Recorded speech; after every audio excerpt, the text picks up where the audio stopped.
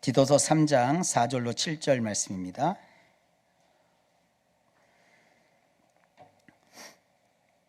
자, 우리 교독합니다. 하나님 말씀을요. 제가 한 절 읽고 여러분들이 다음 절 읽으면서 하고 맨 마지막 절은 함께 읽습니다.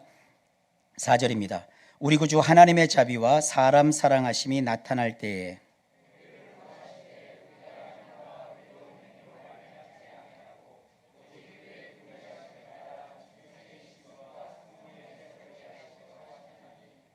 우리 구주 예수 그리스도로 말미암아 우리에게 그 성령을 풍성히 부어주사 그의 은혜를 힘입어 의롭다 하심을 얻어 영생의 소망을 따라 상속자가 되게 하려 하심이라. 아멘.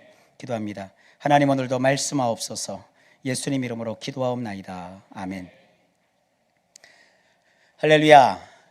저는 오늘 디도서 3장 4절로 7절 말씀을 본문으로 진리는 변함이 없다라는 제목으로 주의 말씀을 증언하려고 하는데, 오늘 성찬식도 있고 그래서 시간을 많이 썼어요. 그래서 제가 설교를 마음 같아서는 한 쭉 하고 싶은데 그러면 안 되고 그래서 짤막한 시간에 설교를 해야 되는데, 전에까지는 그 일부 예배 때 그 예배 내용을 공개를 하지 않았어요. 오늘 일부 예배 때는 제가 전해야 될 말씀의 앞부분, 오늘 일부 예배 때 했기 때문에 오늘 동영상 관리하시는 분들께서는, 스태프들께서는 오늘 일부 예배도 공개로 좀 설정을 해주시면 성도님들이 오늘 말씀을 좀 더 깊게 이해하려면 일부 예배 말씀도 같이 들으셔야 됩니다. 그래서 여러분들이 일부 예배를 좀 봐주시고, 또 영상 편집하시는 우리 에디 목사님 일부 영상도 딱 해갖고 해주세요. 이제 다 통했을 거예요. 어쨌든 하나님이 말씀하신 그 진리는 변하지 않습니다. 변하면 그건 진리가 아니죠. 진리라고 하는 것은 예를 들어 이런 게 진리예요. 태양이 있고 지구가 태양 주변으로 공전한다. 이거는 틀림없는 사실이죠. 지구가 마음에 들 때는 태양을 돌다가 마음에 안 들 때는 안 돈다. 그러면 진리가 아니죠. 그와 똑같이 하나님이 성경에서 하신 말씀은 시대가 달라져도 변하지 않는 거예요. 근데 인간은 자꾸 마귀에게 유혹을 받아서 그런지 진리의 말씀을 아닌 것으로 자꾸 바꾸려고 해요. 그래서 그 진리는 변함이 없다는 주제로 오늘은 말씀을 드리고 있었는데, 시간이 다 가는 바람에 변하지 않는 진리, 그게 복음입니다.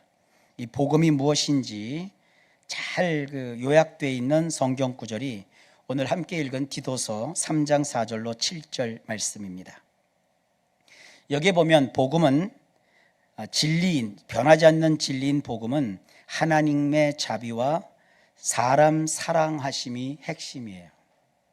복음이라는 것은 원문으로 보면 이게 유앙겔리온이라고 해요. 유앙겔리온이라는 것은 뭐냐? 우리 팀이 이겼다. 우리 편이 전쟁에서 승리했다라는 겁니다. 고대 전투는 민가를 막 부셔버리는 게 아니에요. 그런 고증 안 하고 우리나라 전투 씬 같은 거 보면, 고대 전쟁할 때 보면 그냥 막 민가를 부셔버리잖아요. 이거는 옛날 전쟁법이 아니에요. 특히 이쪽 성경 시대의 전쟁법은 민가는 그대로 둬요. 왜냐? 전쟁으로 끝나는 게 아니잖아요. 전쟁을 하는 목적은 어떤 재물의 확보. 그래서 상대방들이 살고 있는 집을 부셔놓으면 와서 다시 줘야 되잖아요. 그러면 손해죠. 그리고 물자 때문에 전쟁을 하는 건데 그걸 다 파괴시키면 뭐가 남아요? 그러니까 옛날엔 전쟁은 전쟁터가 따로 있었어요. 여기 대전도 한밭벌이라고 전쟁터였다면서요. 민가는 그냥 두고 전쟁터가 따로 있는 거예요. 그러니까 전쟁하려면 거기 가서 싸우는 거예요. 축구 경기도 그런 데서 왔잖아요. 그 전쟁터에 이쪽 군대와 저쪽 군대가 와서 전쟁에서 붙는 거예요. 전쟁터에서. 그러니까 전쟁에서 팍 싸우고 나서 누가 이겼느냐가 중요한 거거든요. 그러니까 이겼다고 하면 지금은 뭐 그냥 무선으로 알리면 되지만, 무전으로 치면 되지만, 그때는 파발을 띄웠죠. 그래서 말을 달리기도 하고 사람이 뛰기도 했다고요. 그래서 전쟁했는데 사람들이 그 성벽 위에서 기다리고 있는 거예요. 전쟁이 벌어졌는데 누가 이겼느냐, 누가 이겼느냐. 왜 중요하냐? 우리 팀이 졌다 그러면 다 종살이를 해야 되는 거예요. 우리 팀이 상대방 그 적군에게 지면 우리는 다 뺏기는 거예요. 다 잃어버리는 거예요.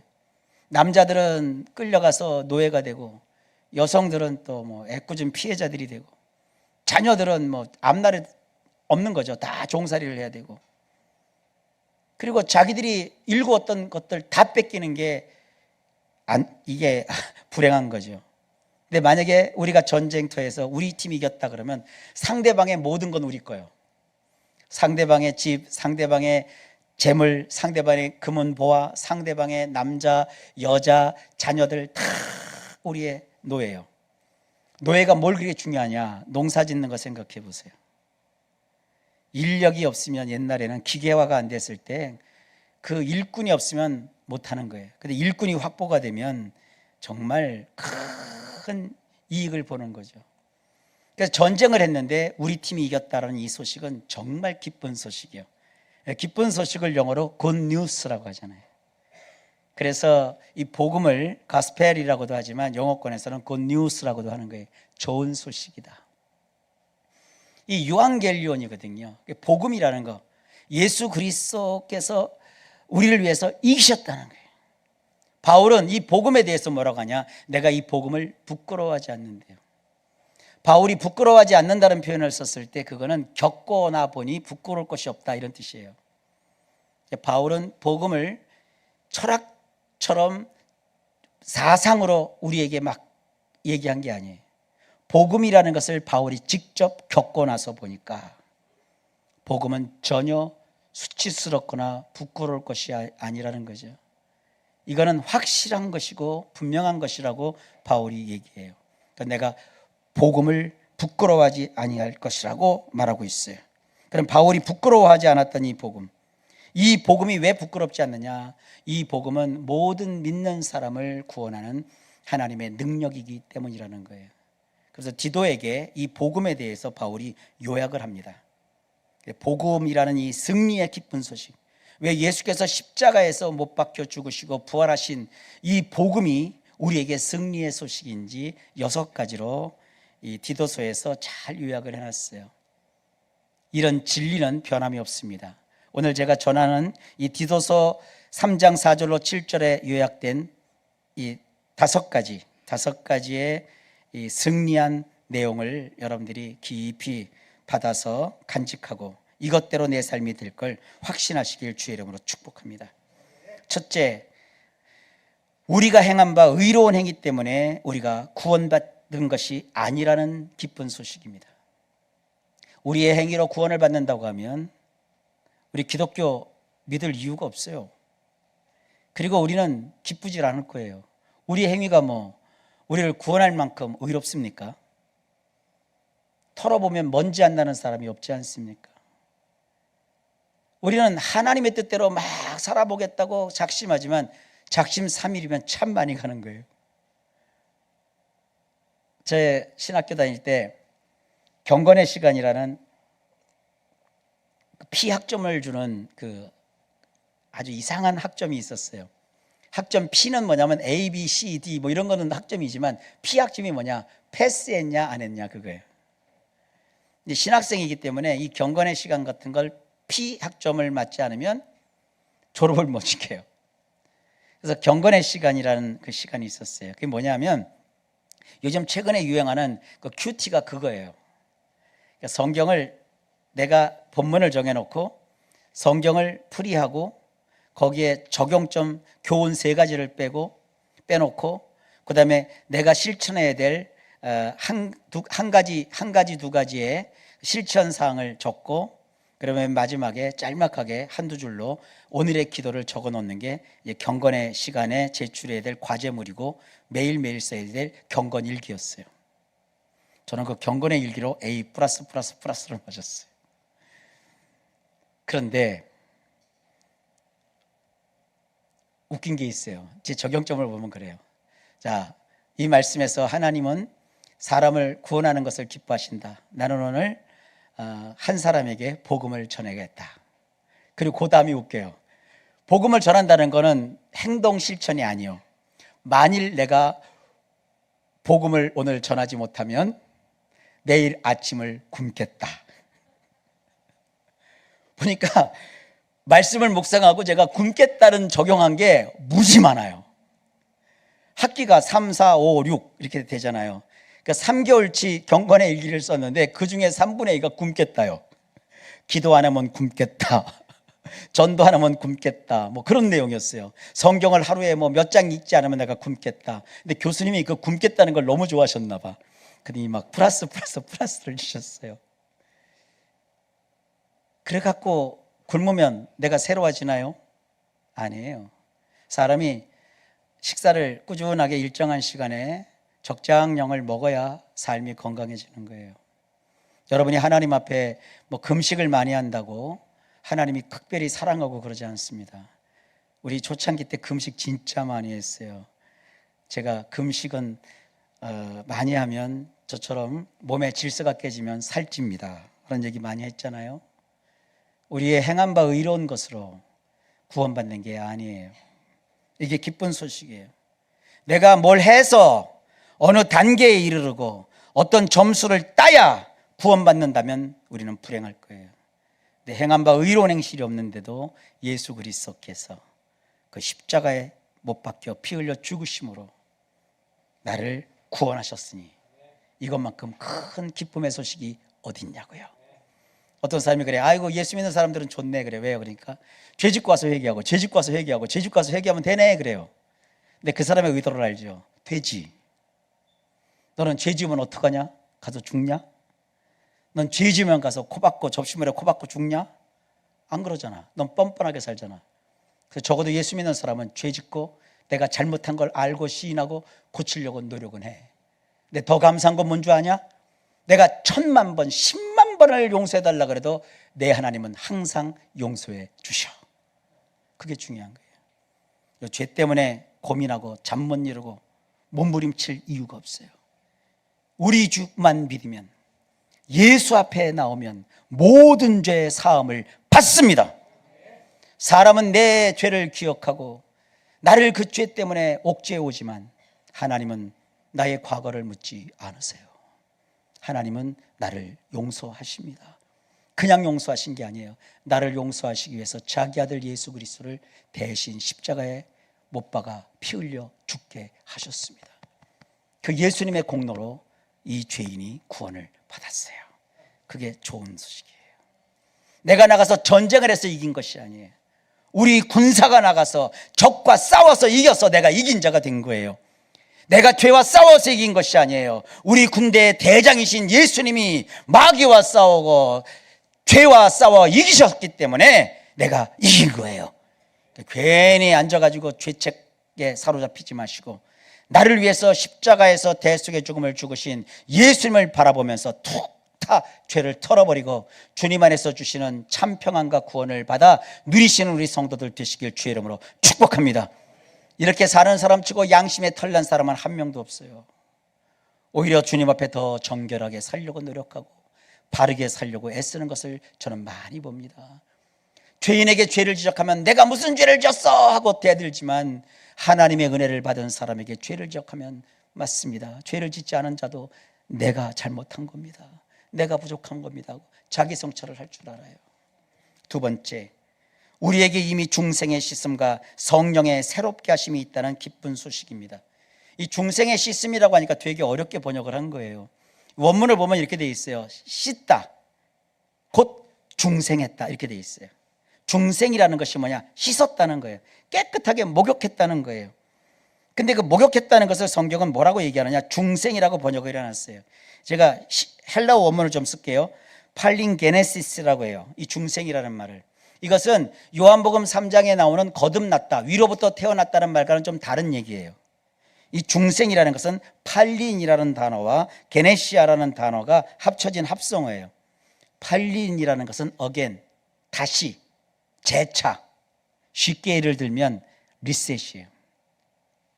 여러분 휴대폰 쓰다가 뭐가 잘 안 돼요. 자꾸 엉켜요. 그러면 여기저기 가서 돈 쓸 생각하지 마시고 다시 켜기를 한번 해보세요. 그럼 대부분 휴대폰 어그러진 건 다 고쳐져요. 그래서 그 다시 시작하는 거, 다시 재부팅하는 걸 리셋한다고 그러잖아요. 이 다시라는 말이 리셋한다는 거예요. 내 인생을 다시 새롭게 한다는 거예요.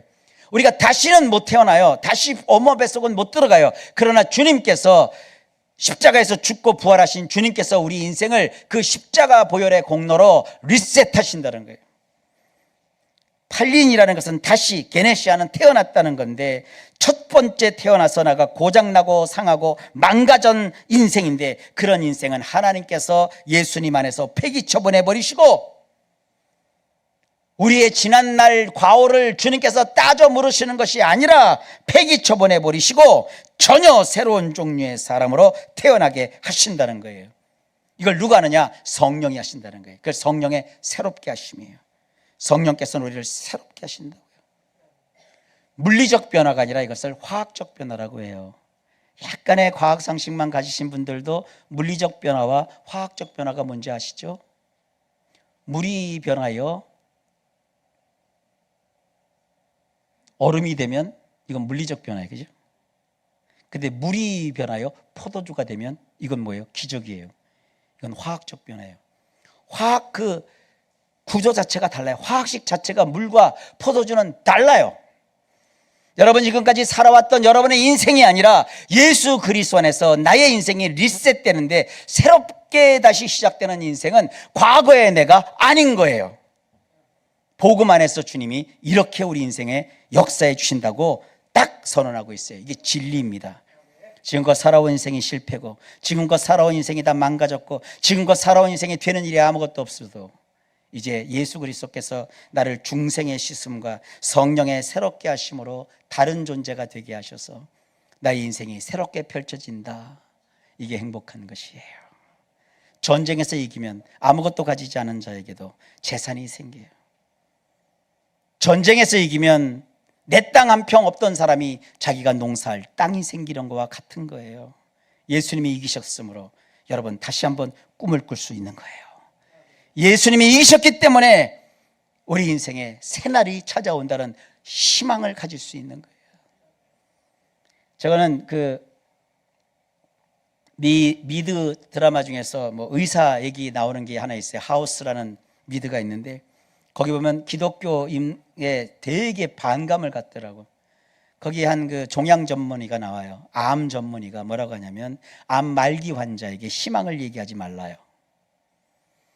거짓 희망을 주면 죽을 준비를 못하지 않느냐 그래요. 그래서 기독교를 까더라고요. 여러분 그겁니까?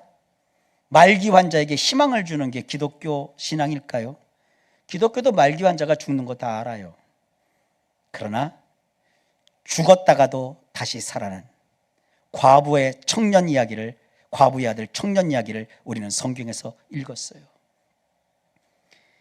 처음 태어난 그 몸은 죽는 것이 정해져 있었더라도 중생의 씻음과 성령의 새롭게 하심으로 우리에게 새로운 인생을 주실 하나님을 우린 또 믿어요. 그 미드에서는 드라마이기 때문에 작가가 그 이유를 그거로 남기질 못했지만 우리는 인생은 드라마가 아니잖아요. 하나님은 우리 인생 속에 전혀 색다른 인생을 준비하셔서 살게 하시는 분이십니다.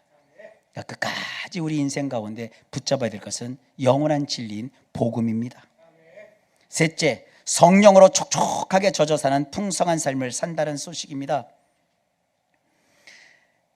여러분 그 얼굴 미용 관리하시죠? 여성들이 잘 아실 거예요. 이제 여성들하고만 얘기하겠어요. 얼굴 화장에서 제일 중요한 게 뭡니까? 색조입니까? 어디 제품입니까? 아니에요. 미스트.